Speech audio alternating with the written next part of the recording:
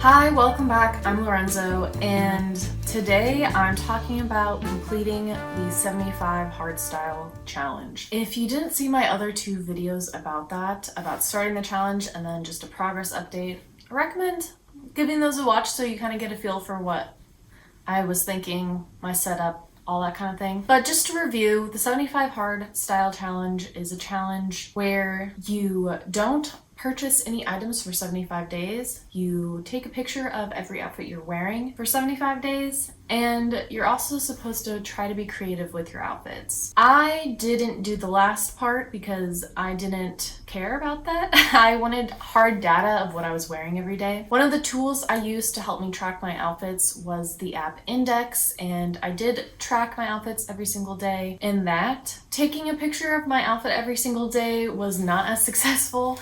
I did pretty well with that the first 40 days of the challenge, and then I did some traveling. I just would forget to take a picture, and sometimes I didn't have access to a full-length mirror, so it's I would only be able to capture my top half, so I was like, nah, it's not worth it. And since I was already also tracking it in the Index app, I didn't really feel super compelled to have to capture it in a photograph. I did buy one item that I guess is technically a wardrobe item. It was a purse strap, and this is something I knew I was going to need before the challenge because I had purchased a purse from a thrift store that had a really gross strap, and I knew I wanted to replace it. So technically I did buy one item, but it's not something I can wear on its own. It's to wear a purse. So I thought it was fine. And I had already told myself before the challenge that I can buy that one item, but nothing else. So first, I want to talk about my most worn items. I decided to just capture my top 30 most worn items. And this collection did not surprise me at all. It's mostly basics, as you can imagine. It's my trench coat, my tennis shoes that I'm wearing every day, Birkenstocks. I was surprised, I guess, by how many bags I wore. I think I had a total of 4 that were in my top 30, which I guess I thought more clothes would be in my top 30. But again, very just basic pieces. It's my most comfortable clothes for sure, and I guess my most versatile items as well. Also, in terms of color, it's a lot of navy blue and whites and blacks, which is what I had already known were the colors I was being drawn to during this time. This whole challenge was during a transitional season, so spring, so I was having coldish days, warmish days, and you can really see the transition of outfits from what I was wearing the first week, which was a lot of sweaters, more winter trousers, that kind of thing, to the end of the challenge where I was wearing a little bit more dresses and skirts and things like that. So I think depending on what time of year you're doing this challenge, it's really gonna affect your data that you capture. But I think because I had both cold and warm weather, feel pretty okay with what I was able to capture. So no surprises with my most worn items. They're definitely what I would think of as my most worn items, and it's just nice to see that in data form. Those are the pieces I really rely on a lot, and they tend to be the core of whatever outfit I'm putting together. So the types of outfits I wore, I had about 6 categories for, the last of which was just various styles. They didn't really conform to a certain pattern, so that's just all the extras. So that was my 6th category, which is kind of just an other kind of outfit. The other 5 were more identifiable in a certain pattern. First was a t-shirt, pant, and some kind of jacket, and this was one of my work outfits, so what I would wear to work, but I also might wear them on the weekend as well. The next one was a button down with some kind of pant, and again, this is something I would wear to work. My 3rd category was a sweater and pant combo. Again, another workwear option, but I also often wore this at home. 4th category was a workout outfit, so a bra or a tank with leggings or shorts with some kind of jacket or button up over the top. That was one of my most worn work from home or weekend outfits. And then the fifth was what I'm just calling, like, I guess my feminine outfits, like wearing a skirt or a dress. And these I rarely wore to work. It was mostly something I would wear at home or on the weekends. And then of course the last one was various styles. So I wore all 6 of these different kind of categories almost evenly. The button down pant category as well as the workout category and then various styles all tied for first. Then it was the t-shirt, pant, and jacket combo, followed by the skirt and dress outfit combo, and then finally the sweater and pant combo. This, I think, for the sweater and pant combo, that was mostly like a cold weather outfit. I don't love wearing a sweater a lot when it's kind of transitional seasons because I need to be able to take layers off. So I think the sweater and pant outfit is something that I would wear a lot in the winter time, but for the rest of the year, not so much. And I think that makes sense. All of the other outfits were mostly like transitional, so they had a layering aspect. They could be dressed for warmer or colder weather. And they're all pretty simple and basic. I would say overall my outfits were minimalist. I would wear jewelry with some of them, which I didn't record at all. But in terms of accessories, they didn't have a ton. Didn't wear a ton of like hair accessories, didn't wear really scarves, and I didn't really wear an excessive amount of like different bags. I also didn't really wear hats. I'm not a huge hat person, but I do like wearing them for styling purposes occasionally. So what I think these outfits really showed me is that I like having a uniform to fall back on for work. When I'm going to work, I like wearing like essentially 2 outfits. That's kind of it. I don't like to think about it too much, and I like it to be quick. And part of the reason for that is that I only give myself like 20 minutes to get ready from my bed to out the door.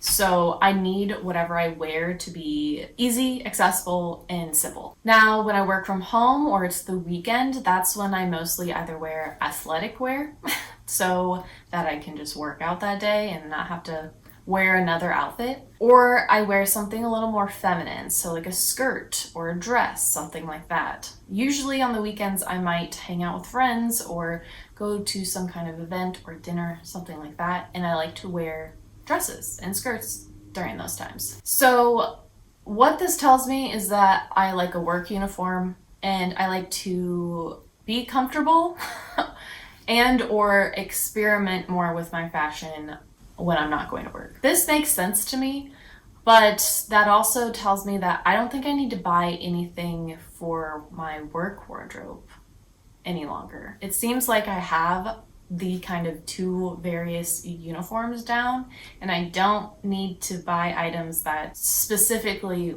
work for my work outfits. This information comes at a relief for me because I always felt like every item that I bought had to also be something I could wear for work. And I think that stunted a bit of my creativity and my options of what I was bringing into my wardrobe. And knowing that now my work outfits are simple and I have the items that I need for them feels like just nice. I'm like, okay, cool. So the things that I'm adding to my wardrobe now are going to be more creative and more interesting and fun and more expressive than things that I wear as my uniform for work. And I think the same goes for what I wear when I work from home. I'm mostly wearing workout clothes because those are the days that I typically do a more involved workout after work. And again, I'm completely set on that. I don't need any more workout clothes. All my options are really good. I feel really good in them, happy, comfortable. That's set. I don't need anything for that category. So that's kind of like 2 major categories just done for me. What I wear to work and what I wear to work from home. That last category is really like more things that I would say are truly my style. So skirts, dresses, playing with patterns, playing with silhouettes. That is more weekend and free time outfits. And to be honest, I don't need any more clothes, but I think that is what makes me okay with wearing such simple outfits during the week, is that knowing I can play with and be creative on the weekends. So I think that's kind of where I'd be focusing future purchases, other than just updating my basics when I feel like they're kind of running their course, but allowing myself to have more embellished or elaborate pieces that I can fold into work clothes or not fold into my work clothes. Now, in my check-in midway, I was feeling pretty sad about clothes and fashion. I think my main dilemma is this feeling that if I consume more things, I'm ruining the environment, which is not untrue, but it's also like I'm just one person and I'm mostly thrifting things, so like, am I really that horrible for loving fashion and buying things, every now and then? And the answer, I think, is just no. I think I'm too hard on myself. I am not a huge fashion company that's like destroying unused fabric. I'm not a huge creator of waste. I am simply on the consumer end, trying to be thoughtful about what I'm buying, trying to buy used when possible. And I think I can just let myself have a little bit of slack and not be so hard on myself. This was a huge learning process for things that I do wear, and just like a lot of information. And I think sometimes information can be overwhelming. And I think that's how I was feeling during my check-in. I also realized that shopping for me, since it's such a passion, it's a hobby, I love clothes, I love fashion, that going thrifting and things like that was such a dopamine hit and something that I really relied on to make myself happier when I'm having a hard time, things like that. And I do think that's true, but I think because I wasn't doing any of that during this time, I found other things to help me manage my feelings and emotions a little bit better, such as like reading and going on long walks. Working out too was a big one for me. I had a workout plan before, but now I really look forward to working out instead of feeling like it's a chore I have to do. Just diversifying my hobbies a little bit with like baking and getting flowers and arranging flowers, and honestly, just cleaning my house has also been something that I'm like, wow, I feel like I've never had time to do like little cleaning projects, and now I get such a reward after I finish them, feel very accomplished. So I think that's one of the biggest takeaways I have from this little challenge is I've managed to diversify the things that make me happy, and I can rely on different things now instead of just thrifting. Before I started the challenge, I was definitely a weekly thrifter, and I think now I see myself dialing it back to maybe once or twice a month, because I have so many other things that I want to do and that I know bring me joy and happiness. I also found that my wardrobe was completely overloaded. I could clear out about, I don't know, at least 20% of it, and I think I needed to. So I have quite a large pile of things that I need to list for, I don't know, like on eBay or something. So I'll try to do that in the next coming weeks. If you guys are interested in any of those things, I'll try to link where I'm selling those below. And my motive is to, make back a little bit of money, but also I just want to get them to someone who's going to wear them. Whatever doesn't sell, I'm just going to try to put on like a buy nothing so that someone can just pick it up for free. Having too many items in my wardrobe and too many choices, especially choices where I'm like, I put the item on, I'm like, oh, this will be cute. And then I realize halfway through the day, wow, I hate wearing this item. And then I just put it back in my closet. I think I need to instate a rule for myself that if I put something on and I hate how I feel in it, it needs to just go. I have plenty of other options that I don't hate wearing, so there's just no need to wear something that you hate wearing. There are plenty of items in my most worn items that I didn't feel like are like perfect, or I don't feel like the most amazing version of myself. So one of my shopping goals now is to just slowly replace them with a piece that I do really feel good in and amazing and I love. That is going to take a long time, and I want to go really slow with that, but like once I find like a t-shirt type that I really like, I'll slowly replace my t-shirts with that kind of t-shirt. Or like, for example, my trench coat. I love it. It's not perfect, but I still know that it's a piece that is so core to my style and my wardrobe that once I find a trench coat that is like just more perfect, fits me a little bit better is what I'm looking for, I'll replace it. But there's no rush to do that because I have something existing that I wear all the time and I don't feel horrible. I just know that it's not like the perfect piece. Another shopping goal is, now that I have so many items, I have kind of basic uniforms that I wear, basic styles that I wear. If I'm going to add a piece to my wardrobe, I need to love it. Like, I have enough utility clothing to get me through times when I just like need a specific basic. So I just can't afford to add more items that I'm not in love with. Overall, I would highly recommend doing this challenge, even if it's just to get data on what you wear. I think that was really a good way to focus on that kind of thing, but also just to like stop the cycle of buying and getting rid of things a little bit. I think we get caught up in this like circle of getting something new, loving it, getting rid of something else, getting something new to replace it, and then getting rid of something else. And I think wardrobes are an ever-changing thing. Like, you have to try out things to find what works for you. Your body changes, whatever, your life changes, you need different items.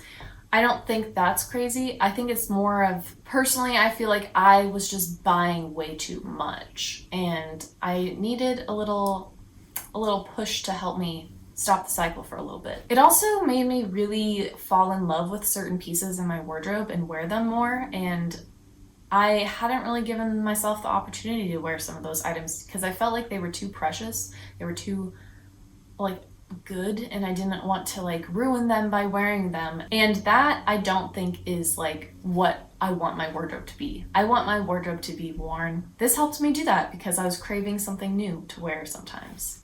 So yeah, overall, was very pleased with this challenge. It did break me a little bit in the middle of it.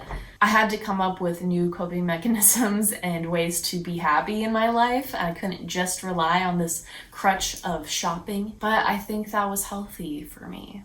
I do feel like I was a little bit addicted. So yeah, I'm just excited now for what fashion will bring me in the future, what kind of outfits I can make with things I already have. It's a new season, it's summer, I get to wear different things. Yeah, I'm happy with where I'm at with my clothes. And I'm really happy to go back to the thrift store again, but with a very selective hand. If you like this video, please like and subscribe. I make videos every week about style, thrifting, fashion, all that good stuff. So if you're into that, try sticking around. If you haven't watched my other 2 videos on the 75 hard style challenge, I would recommend giving them a watch if you liked this one, especially if you need a little bit of a boost of inspiration to try to do a challenge like this. I hope you all have a fabulous day, and I'll see you next week with another video. Tschüss!